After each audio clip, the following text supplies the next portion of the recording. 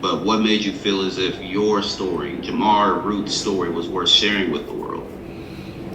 That's a good question. So when I did drop my podcast, it was getting like people like, yo, this is good, but you always have to be like, okay, these are my friends hyping me, and so I was getting that.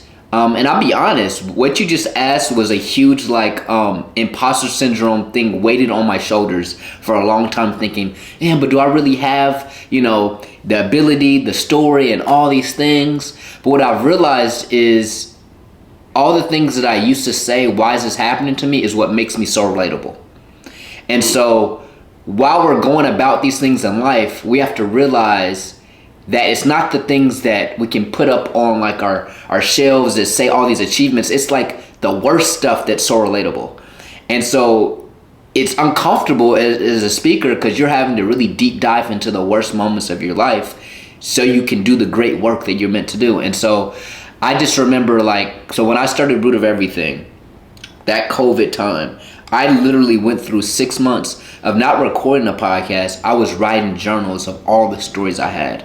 And so I was taking notes of all these things until eventually I was able to sculpt what was the pain points of my life that would be valuable for my topic.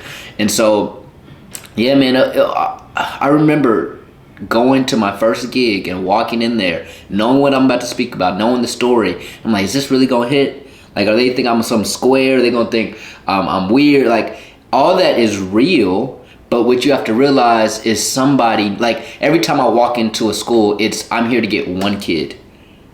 Just one. And you're not going to get all of them. And once I realized the goal is just one, then, that fear kind of went away. You know what I mean? And it's still there.